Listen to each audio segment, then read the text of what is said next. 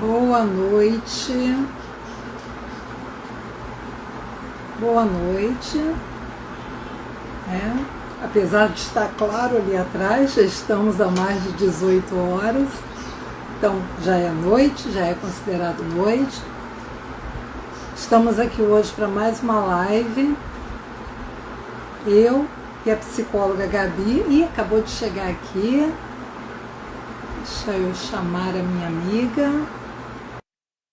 Chegando aqui para a gente conversar um pouco.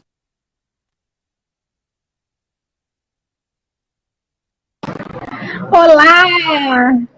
Oi, boa noite, Gabi. Tudo bom, meu amor? E você? Tudo em paz, tudo tranquilo por aqui também.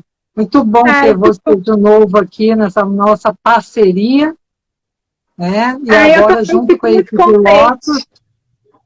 pois é, junto com a equipe Lotus nesse projeto Cuidando da Saúde Mental, nessa campanha de conscientização do Janeiro Branco. Estamos, assim, na segunda semana, né? Hoje iniciando a nossa segunda semana dessa campanha de Janeiro Branco. E aí hoje nós duas vamos ficar aqui batendo papo com as pessoas do nosso grupo, né? Que vierem para a Sim. live para conversar sobre saúde mental da criança e do adolescente. E que tema mais rico, né, Graça? Que tema importante de ser discutido. Que a gente tenha mais Muito essa importante. oportunidade. É verdade, muito importante, porque às vezes as pessoas ainda acreditam que saúde mental não é tema ligado à infância e à adolescência, né, Gabi? Sim. Infelizmente, a gente tem essa crença social, né? Que as pessoas acham que a criança e o adolescente tem problema, que eles não têm dificuldade emocional, que eles não precisam de apoio, que eles têm que se resolver sozinhos. E quando a gente está falando da campanha do Janeiro Branco, né? E aí com a nossa equipe, com a nossa família, Lotus, né?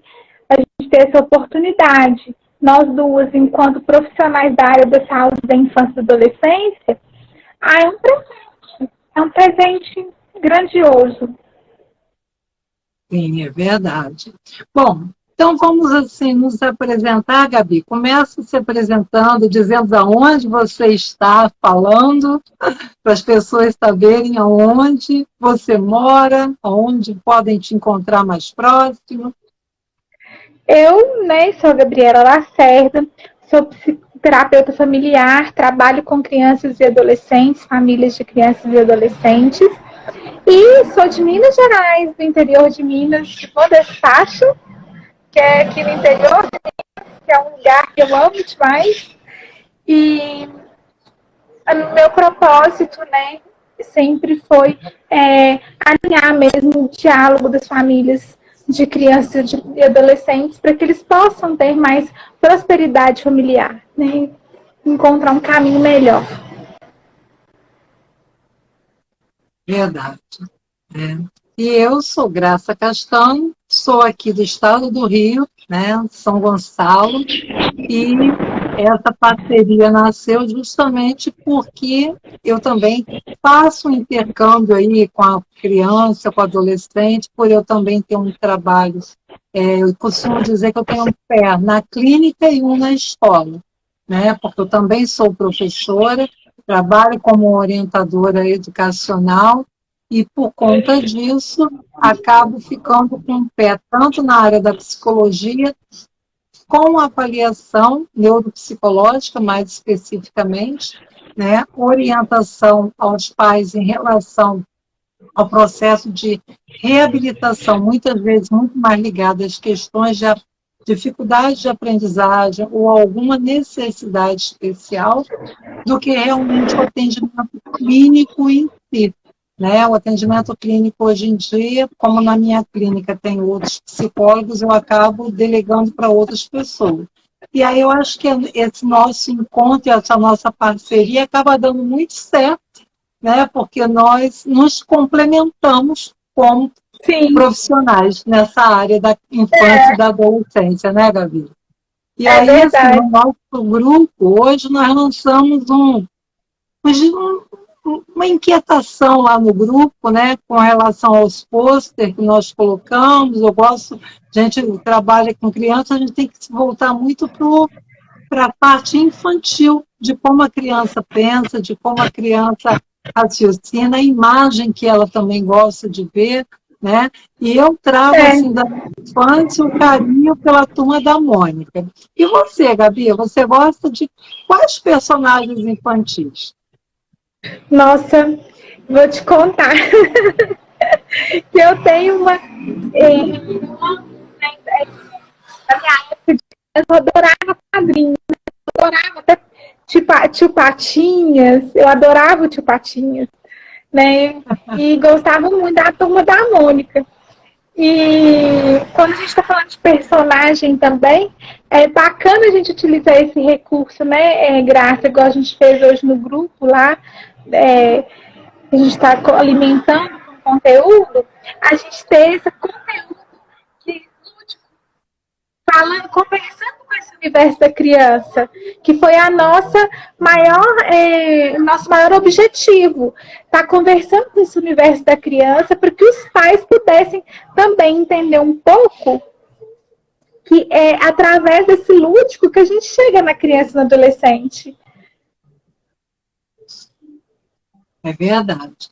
E aí, às vezes, assim, a dificuldade até de lidar com a criança em casa passa muito porque os pais, às vezes, esquecem dessa questão de que não está falando com outro adulto, né? A criança não é um adulto em miniatura.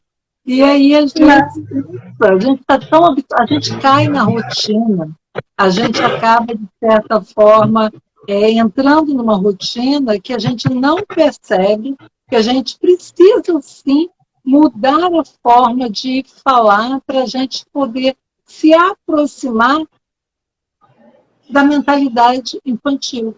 Assim como quando a gente pensa que a criança vai entender tudo o que a gente diz e aí a gente tenta ser prolixa, explicar tudo passo a passo, como se fosse um adulto. Existem Não até é? crianças que sim, acompanham, mas a grande maioria acontece um passo a passo do desenvolvimento infantil.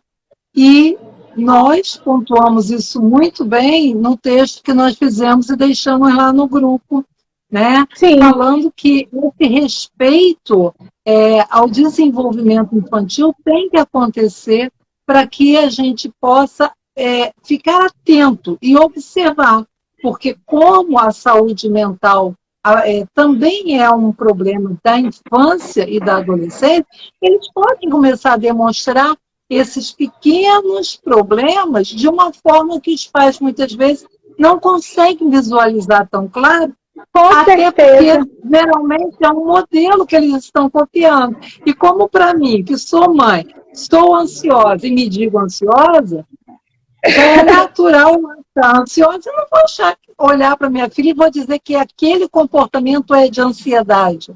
Né? Uhum. Então, a Tipo, para gente mim é pontua natural. muito. Exatamente. Só que assim, a gente tem que entender que pai e mãe, tio, avô, né, principalmente nesse momento de pandemia, onde muita gente da família está convivendo junto e por muito tempo, acabam sendo modelos. E muitas vezes a gente precisa de olhar para o nosso comportamento de adulto para que a gente possa separar o que a criança está copiando, que a gente chama de modelando o comportamento do adulto, e o que realmente é comportamento dela. Né? E aí eu estou lembrando assim,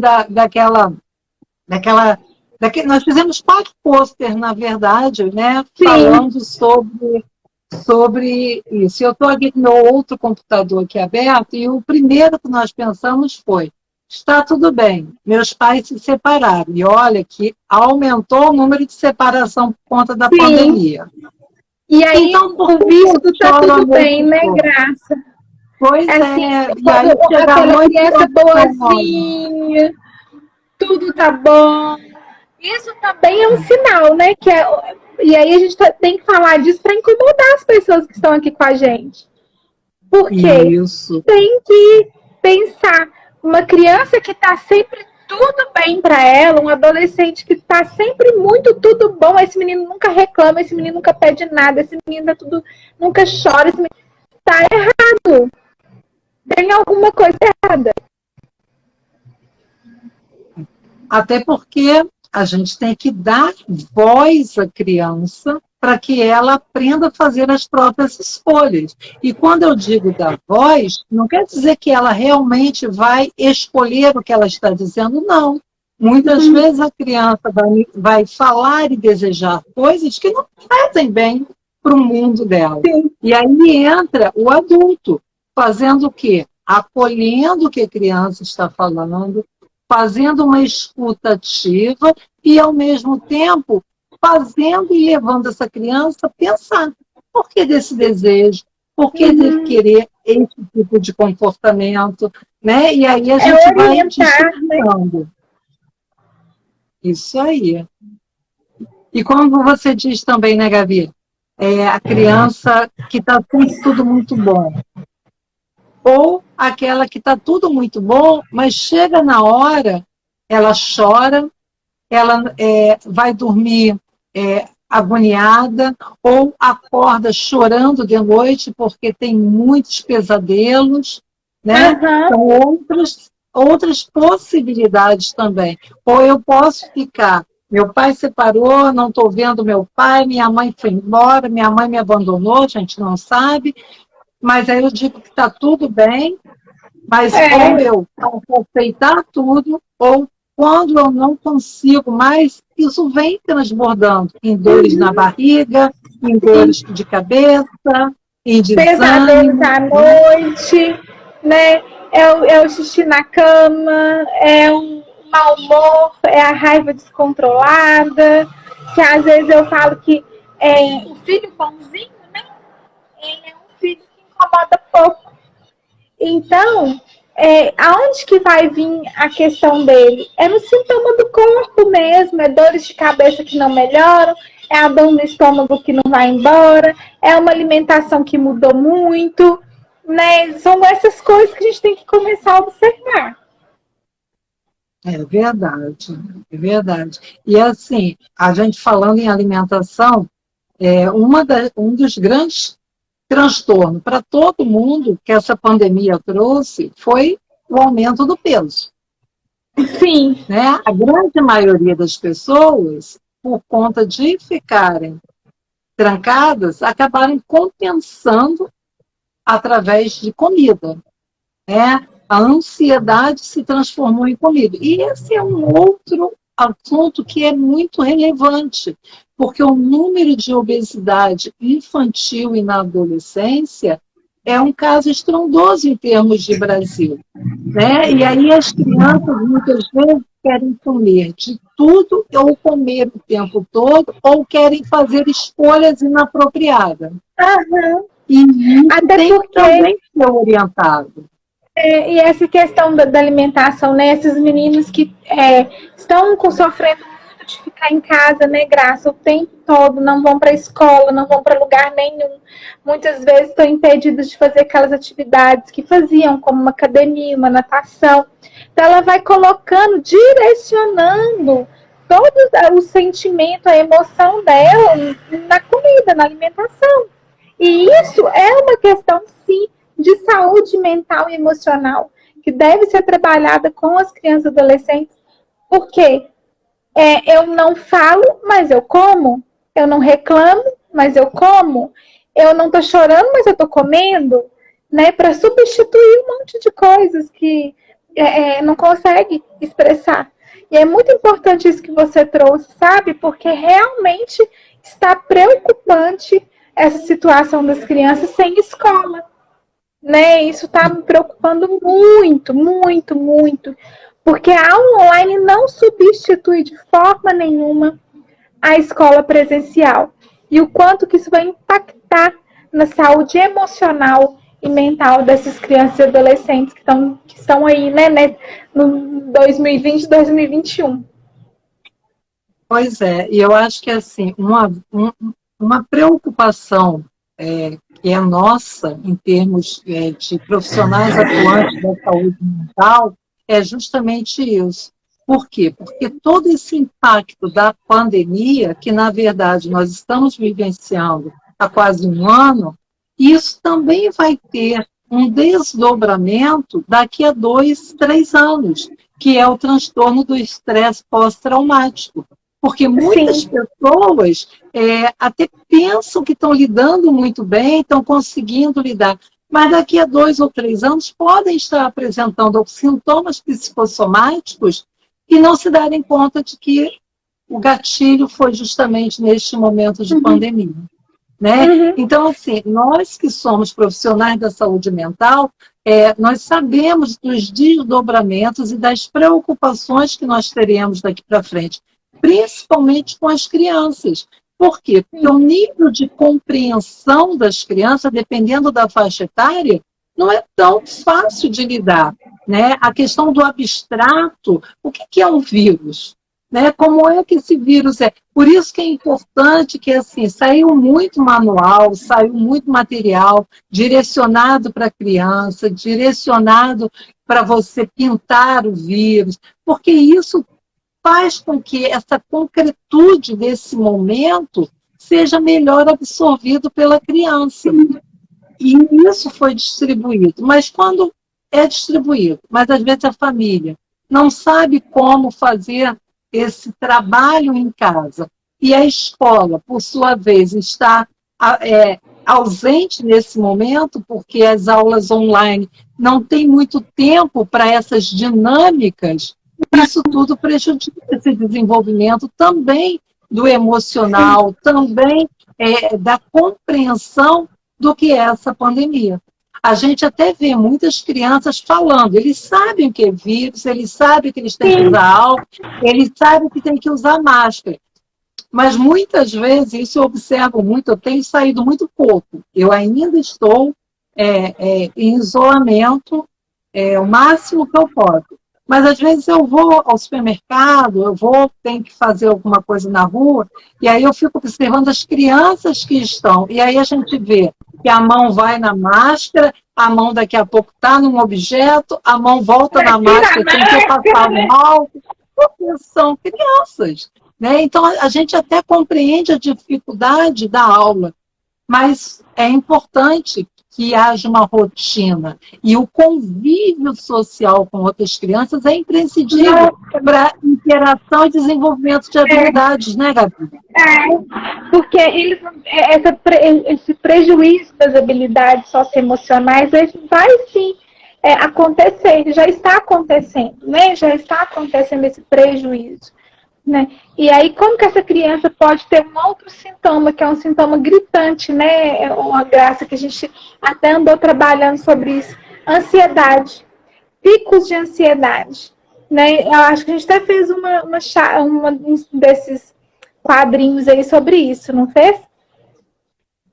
Sim, nós deixa eu ver aqui, tem um que a gente fala assim, eu não tenho nada para fazer na minha casa, estou entediado. Isso é um É. sintoma de ansiedade, né? Porque Uhum. é sinal que eu não sei lidar nem com ócio.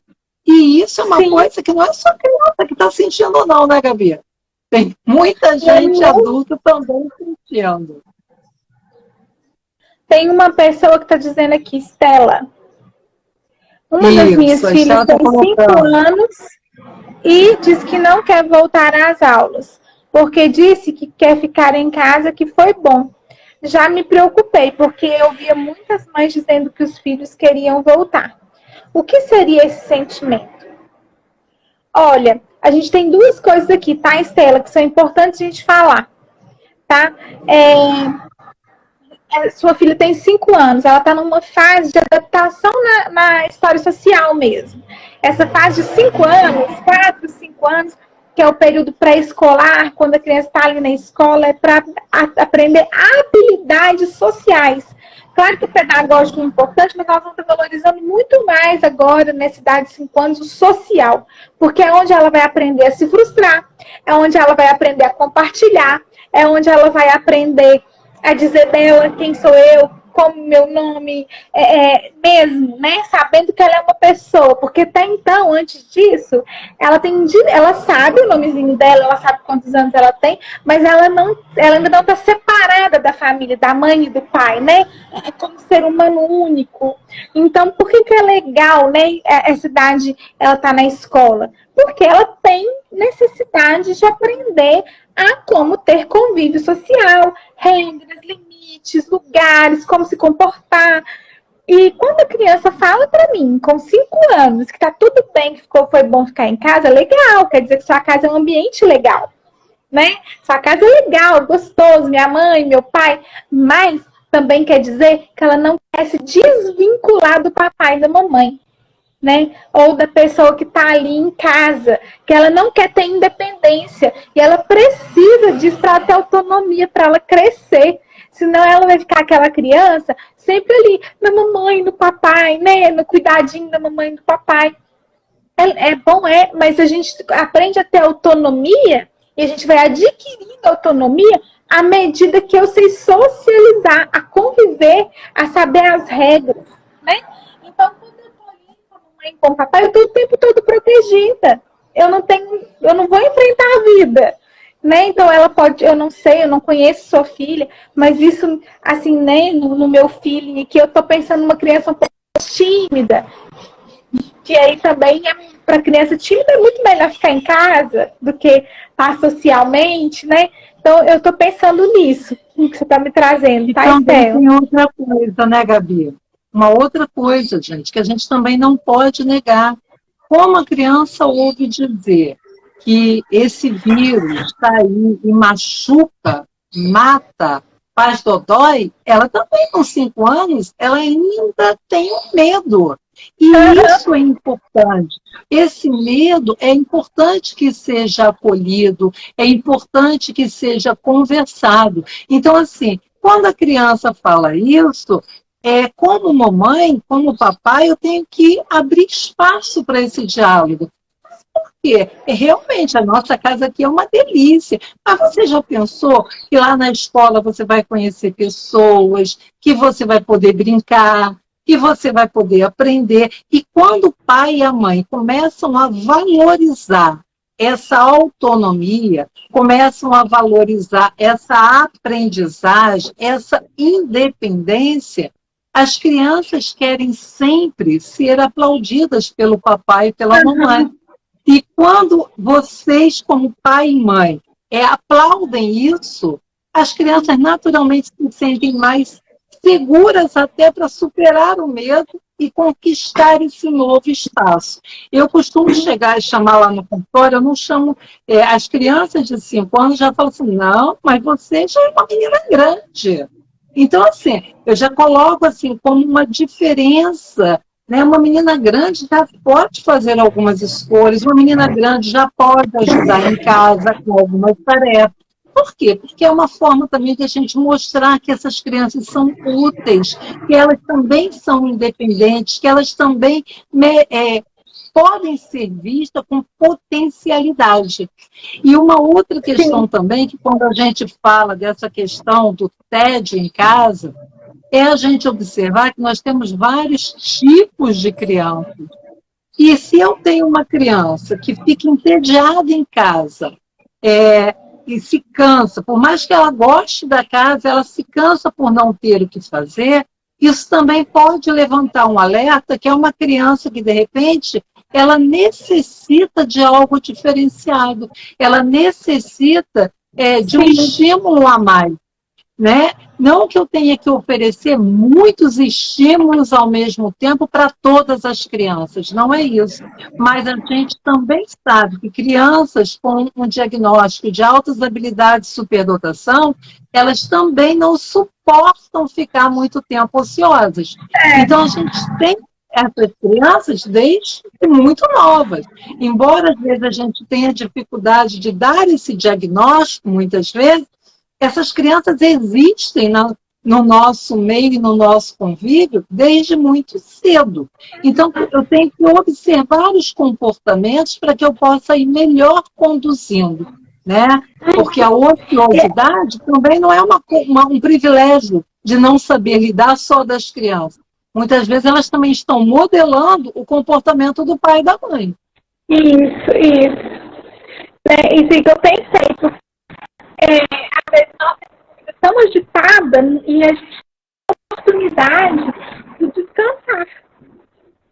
Né? Do descansar ele também é importante, o ficar sem fazer nada também é importante. Tudo tem dois lados, né? A gente tem que tomar cuidado, porque se a gente também começa a achar que nunca pode parar, nunca pode descansar, nunca pode ter esse tempo, ele também está errado, né? Também tem uma coisa errada aí. Nós temos crianças, Gabi, que tem uma agenda que parece uma agenda de adulto, né? É escola, é curso de inglês, é curso de francês, é curso de taekwondo. Tem algumas crianças que necessitam disso. É uma energia diferenciada. Mas tem outras que se recusam e muitas vezes acabam não querendo assumir as responsabilidades pelo excesso de atividade. Né? Então, a gente tem que aprender a mediar e equilibrar isso. E outra coisa que a gente tem que falar, né, Graça, que a gente está falando da ansiedade de crianças que estão ansiosas mesmo, e é real, né, que ficam com medo, toda hora estão olhando o tempo, ai, nossa, o tempo não passa, ou que elas estão comendo muito, que também é sintoma de ansiedade, ou que elas estão com muito medo, né? O medo, a ansiedade vem do medo, aquele medo pavoroso, que não posso fazer nada, que também é ansiedade. A gente também tem que falar da depressão, né? Que é um sintoma também, que a criança e o adolescente tem depressão. E muitas vezes eu me indigno um pouco ainda, eu escuto assim, pessoas dizendo que criança e adolescente não tem depressão. E a gente for pensar, né, quando a gente estava na campanha do Setembro Amarelo, os dados falando do número de suicídios de criança e adolescente é recente. E acontece. E aí tem um monte de gente falando, gente, criança suicidar, sim, criança suicidar, né? Criança suicida. E aí a gente pensa, né? Depressão na infância do adolescente muitas vezes é negligenciada. Por quê? Porque as pessoas falam, não, é uma ficar triste. Não, levanta aí, você tem que dar conta, você tem que se virar, não sei o quê. Ou senão, a criança, não, você é filho, manhoso, você dá tudo na mão. Então a gente tem que estar atento à depressão. Né? A depressão é muito grave. Pois é. Um dos posts que nós colocamos fala sobre isso, né? Até assim, a questão de substituir as relações pelo uso excessivo de um telefone, de um jogo, né? Levando essa criança, esse jovem a ficar trancado no seu próprio mundo, dentro do seu quarto, né? Então, assim, são alguns sintomas. Isso quer dizer que todos que jogam, vai ter depressão? Não, gente. Mas eu tenho que avaliar a qualidade das relações também. Eu posso jogar, mas quando ele não está jogando, qual é a qualidade dessa relação que essa criança e esse jovem estão tendo com as pessoas? Qual é a qualidade da troca e da interação dentro de casa? Ou eu só saio do quarto, aí eu saio de mau humor, eu saio porque a mãe e o pai ficam chamando, e aí eu tenho aquelas explosões de raiva comum quando você está com hiperfoco no que você gosta, e aí quando eu não quero sair, eu saio brigando, né? Aí xingo, chuto a porta. Então, como é que está isso? Então, é importante, porque o número de pessoas com depressão também subiu muito nesse período, né, de pandemia. E o Brasil já era um país que tinha um número muito alto, tanto no processo de ansiedade quanto de depressão. né? Então, a gente tem que estar mais alerta ainda para esses momentos. Ó, Cléo está colocando aqui, minha sobrinha de 10 anos está assim, só sai do quarto, obrigada, sempre no celular ou computador, e não era assim antes da pandemia, parece triste. Pois é, e é provavelmente um local onde ela está encontrando uma comunicação, né? O jogo, ela vai falar com outras pessoas, ela está interagindo com pessoas que não é a pessoa da família. Como que a gente pode estimular isso? A primeira coisa é estabelecendo um vínculo afetivo mais próximo, né? Saber, Sim, de procurar, até sentar com ela para poder ver como que ela joga. Ah, pede para ela sim, ensinar, comece a falar a mesma linguagem que a criança ou o adolescente está falando. Não coloque que a culpa é do jogo. Isso afasta muito, na verdade, a possibilidade dessa criança e desse adolescente falar com você. Quando a gente sim, coloca que ele está preso, está lá no quarto só por conta desse jogo. Não, não é assim. Porque se vocês pararem para ver, a maioria dos adultos também ficaram mais tempo no celular, seja no WhatsApp, seja no YouTube, seja vendo uma televisão. Então, assim, não adianta a gente fazer críticas, mas a gente precisa de criar estratégia para que a gente se sim, aproxime dessa criança e desse adolescente e coloque uma aproximação afetiva, não ao que eu, adulto, acho legal, mas uma aproximação afetiva do que esta criança gosta, do que este adolescente gosta. Então, assim, quando eu me permito me aproximar deles, para que eles possam me ensinar, eu sei jogar, eu me ensino, o que está fazendo? Mesmo que isso seja só para que você possa começar a entender. E depois vá transformando em perguntas, para que você vá entendendo como que essa cabecinha está pensando. Quando eu faço uma pergunta, eu obrigatoriamente faço a criança parar para pensar no que está sendo perguntado. E aí eu ajudo essa criança e esse adolescente a organizar o seu pensamento, a refletir sobre os seus sentimentos, para que eles possam me dar sim. uma resposta. Né, Gabi? Então, assim, são pequenas técnicas que a gente pode utilizar nesse momento, dentro de casa. Mais alguma dica aí, Gabi? Uma das coisas que eu acho que é uma dica bacana, né? Eu sei que a gente não pode ter muitas pessoas em casa, que a gente não está recebendo muitas pessoas em casa, mas se a gente puder, eu não sei onde cada um mora, né? Aqui na minha cidade a gente ainda está recebendo poucas pessoas em casa, mas se você puder receber um amigo da sua filha, né, em casa, mas que já dá a possibilidade dela conversar com alguém, dela se abrir com alguém, já é também um passo. E outra coisa que eu acho que é importante na depressão, né? A criança a criança adolescente ter um espaço aberto da fala. Não é só, não é para você sentar e as dicas da Graça foram ótimas, mas para ouvir só o que você quer. E aí, a hora que aquela criança começa a falar o que você não quer, você simplesmente se afasta. Você tem que estar ali disponível para ouvir o que você quer e o que você não quer ouvir, né? E junto com essa criança e adolescente construir um caminho diferente.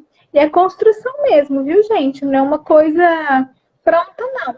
É ouvir, é questionar, sem agressividade, né? É dialogar, é falar como você também se sente, é ouvir como que aquela criança se sente, como que aquele adolescente se sente. Eu acho, até falando assim, que às vezes eu vejo isso no meu consultório com os adolescentes. Os pais usam muito do pecado. Fala, isso é pecado, né? Fala, isso é pecado. E, gente, isso não traz o adolescente para a igreja ou para, né? Nós não estamos falando de religião. Nós estamos falando assim, que você afasta aquele adolescente de você. Você afasta ele cada dia mais. Porque ele é um pecador. E como minha família vai conviver com o pecador? Né? Então, são coisas assim, pontuais, pequenas, mas que fazem toda uma diferença na hora de resolver os conflitos desses meninos e meninas, né?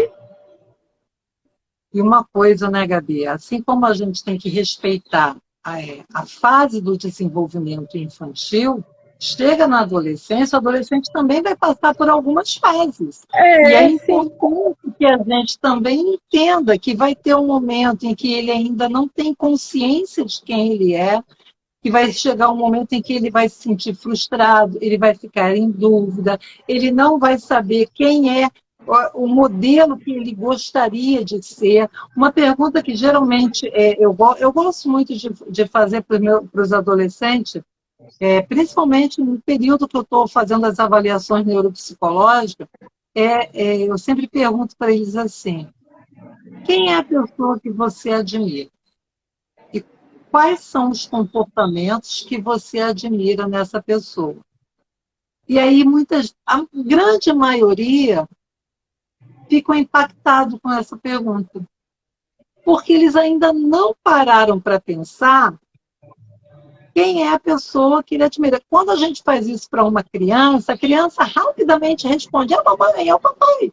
A adolescência não, é um momento de troca, é um momento onde eles estão criando esse olhar. E aí, às vezes, pode ser passar a ser um professor, pode ser um filósofo, pode ser um artista, pode ser um jogador, né? Então, assim, a gente tem que começar a permitir essa ampliação. Por quê? Porque a adolescência também é um momento onde, naturalmente, o adolescente precisa se afastar um pouco desse modelo de mamãe e papai. E não significa que mamãe e papai não são mais amados. E muitas vezes os pais não entendem esse afastamento. Esse é o momento em que você, mamãe, que você, papai, precisam de confiar que vocês deram ao filho de vocês tudo o que foi possível para que ele desenvolvesse com uma saúde mental adequada. Vocês estruturaram isso, e agora é o momento de vocês confiarem e, ao perceber algum erro, em vez de vir com a crítica ou com o rótulo, mude essa atitude. Faça aquilo, leve a pergunta, entenda o porquê que aquilo aconteceu. Por quê? Porque o erro de hoje pode ser o acerto de amanhã. E muitos adolescentes têm medo de errar. Na verdade, esse medo de errar faz parte do transtorno da ansiedade.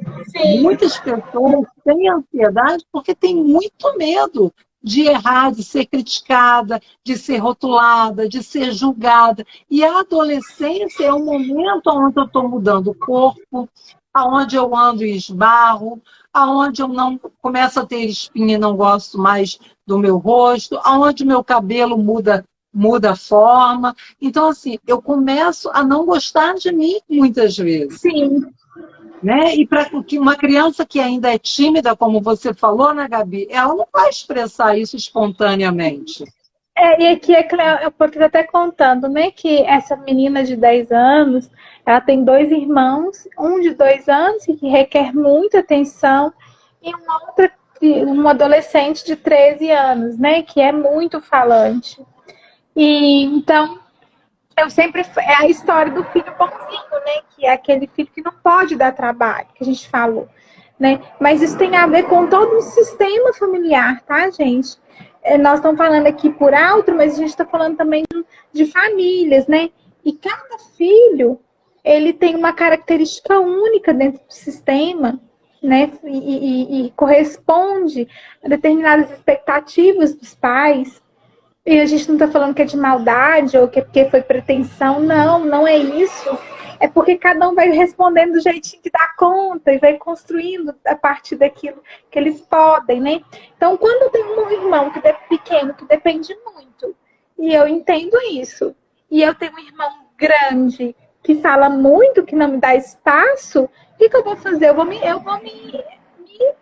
colocar para dentro, eu vou ficar no videogame, eu vou ficar mais na minha, eu vou conversar só pela internet, eu vou evitar dar trabalho ou ocupar muito tempo, porque o tempo não é para mim, o tempo é para os outros. E isso é uma crença dessa criança, tá? Não quer dizer que os pais concordam com isso, não. Eu acho que está muito mais ligado a uma crença limitante de que eu tenho que ser boa, né, dessa criança. E isso a gente trabalha em psicoterapia e tem um resultado rápido, é muito legal. Aqui a Dani também falou assim, jogar o mesmo jogo do celular que eles jogam, então vale a pena, porque eu entro no mundo deles. A ideia é essa mesma, sabe? Que a gente entre no mundo deles, fale a linguagem deles, como a Graça falou anteriormente, né? A gente tem que tentar aproximar. Por isso que quando a gente está falando de criança, de personagem, quadrinhos que a gente, né, colocou hoje lá no grupo, porque a gente de personagem, a gente está falando de coisas que é do mundo deles, que é o Homem-Aranha, é a Frozen, é a Moana, né? É a turma da Mônica, agora é o Naruto, né? Que os pré-adolescentes e adolescentes estão apaixonados com o Naruto, está na moda, gostar de Naruto. Então, cada hora é uma personagem. O que eu falo que é válido? Né? Os jogos de videogame, jogos de celular, a gente está entendendo com quem que eles estão interagindo. Porque, igual a Graça falou, eles estão conversando o tempo todo. O tempo todo. A gente sabe com quem que eles estão conversando, o tipo do papo, o que é que rola e tal. Ao mesmo tempo, quando a gente entra nesse coisa do personagem dos meninos e das crianças, a gente pode aproveitar um filme, gente, é muito rico isso, acho riquíssimo, a gente aproveitar um filme, assistir um filme em família, e aproveitar aquelas mensagens do filme para discutir com as crianças, não é para fazer aquele debate depois do filme, mas durante o filme mesmo. Nossa, você viu aquela... O que você achou? Você concorda? Você faria o mesmo? Assim, despretensiosamente, sabe? E aí você vai chegando neles de uma forma muito mais leve, muito mais tranquila. Pois é. E nós falamos da ansiedade, falamos da depressão, e quando a gente pega uma criança que fala assim, ainda não falei tudo, mamãe, minha cabeça ainda está suja, eu preciso falar tudo. Porque como se eu não falando, não colocando para fora, eu permaneço sujo, eu permaneço com um segredo, eu permaneço com algo que, para mim, é muito incômodo. Né? Essa fala, gente, eu tirei de uma criança que eu acompanho e que tem transtorno obsessivo compulsivo. E que não demonstra isso no comportamento. Né? Ela não tem a mania de dar 3 tapinha, ela não tem mania de lavar a mão, ela não tem mania de abrir e fechar chuveiro ou não tocar em porta. Mas as ideias, a forma como ela pensa, está o tempo todo repetindo. E aí, muitas vezes, quando a gente tem o que a gente chama de toque, que é um toque não visível, isso está dentro da pessoa, isso é angustiante e muitas vezes ela não sabe, por ser criança, como traduzir isso para o papai e para a mamãe. E Em isso palavras também principalmente, né, Graça? Exatamente. É mais fácil ela falar através do comportamento, né? Ou das crises de choro, né? Do que transformar em palavras e dizer, mamãe, eu preciso de ajuda, eu estou pensando nisso. Então, assim, às vezes as coisas não são claras. E como que a gente vai fazer para identificar? Só quando a gente está disponível. Né? Então, assim, eu costumo brincar que, e isso assim, bem antes da pandemia, né? É uma recomendação que sempre sai lá, quando eu dou meu laudo neuropsicológico, sempre sai a recomendação do seguinte: passeios em família, passeios de meninas, passeio de menina com menino, passeio de família. Ou seja, é o espaço para a mãe estar com a criança, que se for menina, menina com menina, passeio do papai estar sozinho com esta menina e o passeio da família como um todo. Então, assim, a gente às vezes achar que a família tem que estar em bloco o tempo todo, isso às vezes não oportuniza o espaço para o diálogo. Porque o que a Gabi colocou muito bem, eu tenho um filho que é muito falante, eu tenho outro que é muito pequeno. Então, assim, o falante vai estar falando o tempo todo, o outro vai estar requerendo a minha atenção constante, se for uma criança até 2 anos, por exemplo, e aí a outra criança que, de repente, é até gêmea com esse falante, mas que tem uma personalidade diferente. E aí ela fica lá, quietinha, não Ela fala, fica mas não escondida, né? significa que ela não esteja internamente em Sim, conflito. Como que eu vou descobrir esse conflito? Quando eu crio esses espaços de diálogo, onde eu abro espaço para estar com cada um. E aí, na sessão de família, é um momento em que a gente vai falar, eu percebi naquele dia que a gente estava passeando, que fulana fez isso. sim. Conta agora para o papai, conta agora para o seu irmão. Ou seja, e ali é o momento da gente socializar e formar uma nova diretriz para a família. Porque não existe família certa e não existe família errada. O que existe é como que esta família vai se conduzir, vai Vai resolver as coisas, né? abordar os assuntos exatamente para que os conflitos aconteçam. E aí, gente, a gente vai ter assuntos variados. Nós temos a questão da... Não dá tempo de, numa live, a gente falar tudo que a gente precisa Sim. falar, né, Gabi? Mas uma questão que Eu assim, estou é vendo aqui. muito necessária é a gente aprender a falar sobre as questões de sexualidade. E isso desde a infância, não é só quando é adolescente, já começa a paquerar, começa a namorar, não.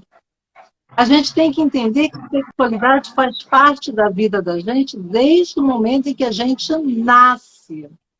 Então, são temas que a gente vai precisar abordar e que são temas que são, muitas vezes, conflituosos para um ou para outro dentro da própria família. Questões de religião. E isso não tem o certo e não tem o errado, mas como que esta família se posiciona? Eu E estou lembrando aqui, teve um como que pai que essa chegou criança e para mim, Gabi. adolescente guarda isso, né? Exatamente. Olha que legal, lembrei aqui agora. Teve um pai que chegou para mim e falou assim, mas é errado tomar banho, ficar pelado, dar banho na minha filha? Eu dou banho nela, estou pelado com ela pelada. Então, assim, às vezes, até isso, que é uma coisa que para ele era natural, mas a criança, às vezes, talvez por ouvir alguém falar da família, talvez tivesse demonstrado para ele naquele momento que não era tão natural. Então, assim, como que a gente define o que é certo e o que é errado? Então, a gente precisa de fazer as sessões familiares, porque é Sim. exatamente neste momento que a família vai se posicionar. E nada melhor do que o papai corroborar, falar assim, o que a mamãe fala está certo. E a mamãe fazer o mesmo. Né? Por E isso isso que também é papai e mamãe têm que promoção de estar muito saúde. afinados. Oi? E isso também é promoção de saúde, né? Quando você falar e fazer de forma coerente perante os seus filhos. Porque muitas vezes tem esse conflito interno da criança também, quando ela percebe que os pais falam uma coisa e fazem outra. É um conflito muito grande que eles vivem. E a Gabi, graça, mas assim, nossa, isso tem nada a ver, isso não vai acontecer, meu filho vai. Porque dentro da cabecinha dele, ele vai ficar lá, cheio de ideias, de pensamentos, matutando aquilo, né? Como a gente diz aqui em Minas, matutando aquilo na cabeça e tentando entender. Eu faço o que eles falam ou eu faço como eles se comportam? E muitas vezes, quando a criança parte para o comportamento, porque o comportamento é muito mais efetivo do que a fala, né? Os pais ainda têm uma dificuldade e trazem um monte de punição para essa criança, sem perceber que é um reflexo de tudo aquilo que eles trazem. Então, a nossa responsabilidade de ser pai e mãe, até a Margarida, a Michelle e a Margarida estão aí, e a Margarida trouxe, né, nossa grande amiga aí, falando que o que é mais importante para os filhos, né, é o relacionamento, né, é o amor, é o tempo, a atenção. E realmente, quando a gente está falando de ser pai e mãe, aqui neste momento, a gente está falando de uma coisa muito séria. Ser pai e mãe é um trabalho duro e árduo, né? Que a gente tem que estar ali o tempo todo atento, porque a nossa responsabilidade também não é a única coisa, não é mesmo, tem um monte de coisa aí, mas uma das coisas que nós temos como obrigação é ajudar, sim, a ter prevenção de saúde mental e emocional dos nossos filhos. Como? Fazendo a nossa parte. Fazendo a nossa parte como pai e mãe. E a gente tem uma mania, né, como adulto, de falar assim, mas eu amo meus filhos, eles são iguais para mim. Não podem ser iguais. Você ama seus filhos, mas você tem que amar seus filhos de acordo com cada individualidade, né? E aí, quando os pais falam isso, eu costumo brincar assim, olha a sua mão, olha seus dedos. A mão é sua, mas embora sejam dedos, cada um é de um jeito. Cada um tem um tamanho, né? Se você olhar, cada unha, às vezes, tem um formato. Então, assim, essa é a dinâmica que, às vezes, eu pego e os pais ficam meio que... Porque é isso. É lógico que todo pai, toda mãe ama seus filhos. Mas não basta amar.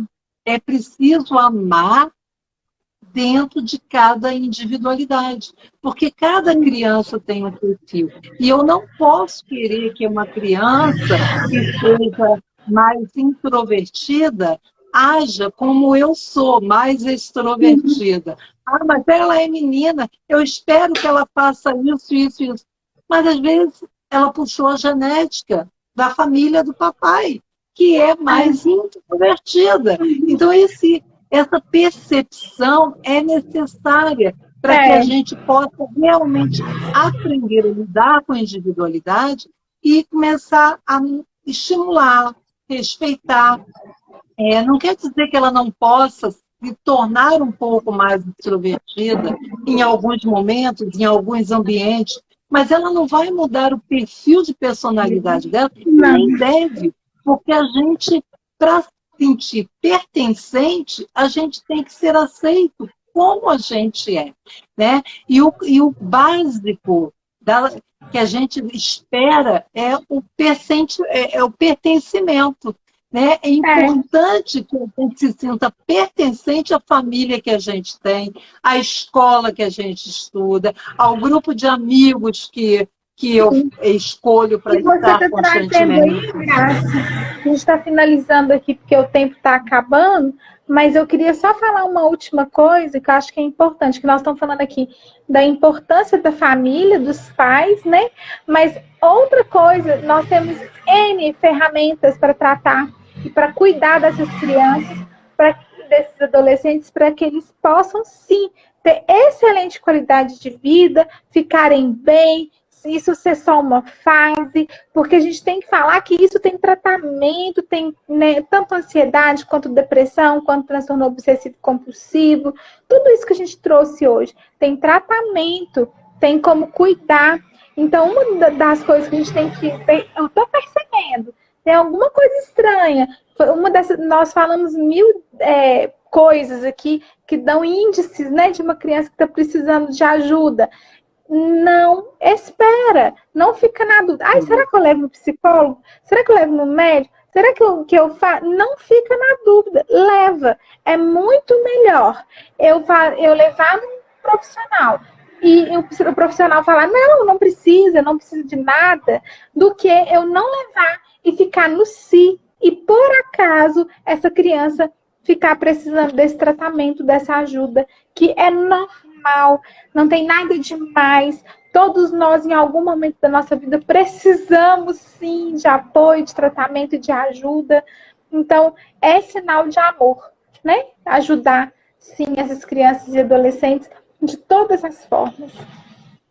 E uma coisa, reforçando essa sua fala, que assim, a gente sabe como profissional da área de saúde mental que quanto mais a gente trata precocemente todos esses sintomas, muito maior vai ser a qualidade de vida para a criança e para a sua família, né? Então, assim, deixando aqui uma mensagem para vocês refletirem. Quem vai ao psicólogo é quem é maluco por qualidade de vida. E não porque o psicólogo só vai ao psicólogo quem é maluco. Isso daí tem que ser jogado no lixo, né? Você pode ser maluco por querer viver bem, você pode ser maluco porque você ama demais a sua mãe e seu pai, mas você ama. E essa é a grande expressão de amor. Quando a gente ama os filhos da gente, a gente não adia a investigação, a gente não adia as possibilidades de tratamento. Então, se eu tenho dúvida, eu tenho que procurar um Sim, profissional, né? E o melhor profissional para a dúvida em relação às emoções é o psicólogo. O sim, psiquiatra auxilia quando é necessário a entrada de uma medicação. E nós não falamos sobre isso aqui hoje, por quê? Porque nós temos muitas ferramentas que podem auxiliar de forma preventiva o tratamento da ansiedade, da depressão, que não chega a ser necessário o uso da medicação. Quando o psicólogo avalia que não está tendo um bom andamento, o prognóstico não está sendo adequado, ele mesmo vai indicar a avaliação com o psiquiatra, gente. E o sim, trabalho é feito em parceria, né? Nós somos profissionais da área de saúde, o psiquiatra, o neurologista, o psicólogo, o sim, fonoaudiólogo, o terapeuta ocupacional, o musicoterapeuta. E quando é necessário, nós temos sim que trabalhar e ter uma visão de trabalho de sim, equipe interdisciplinar. Eu não gosto da palavra multi, que eu posso atender aqui, você aí em Minas, e nós sempre fazemos um trabalho interdisciplinar, sim, junto, né? Não é sim, porque estamos em estados diferentes que a coisa tem que ser multi, vista por porções. Não, não é isso, porque o ser humano ele é único e é singular. Então, assim, vamos prestar atenção nessa dica maravilhosa que a Gabi trouxe, tá? E aí, lembrando que quinta-feira, para quem está com a gente lá no grupo, né? Quem quiser ainda entrar, que ainda não está, está no nosso link do Instagram, Davi, né? Na nossa bio está o link lá, vocês podem entrar no grupo ainda. E na quinta-feira, toda quinta-feira, 8h30 da noite, nós temos um encontro ao vivo com as pessoas do grupo, onde todas as pessoas que passaram na live durante a semana, vamos estar reunidas para receber vocês, para conversar um pouco mais com relação à questão da ansiedade, da depressão. E aí, estou recebendo aqui já o aviso de que a gente vai ter que encerrar, Gabi. Então, dá um tá tchau aí para o bom. povo, para que a gente possa encerrar. Obrigada a todos que estiveram aqui. Obrigado a nosso grupo Lotus, né? Nossa equipe, nossa família Lotus, que eu tenho orgulho de fazer parte. Obrigado por. Obrigada, minha amiga, e até a próxima. Sempre um prazer estar com você, Gabi. Gente, beijos e o nosso bate-papo quinta-feira. Esperamos por vocês. Tchau.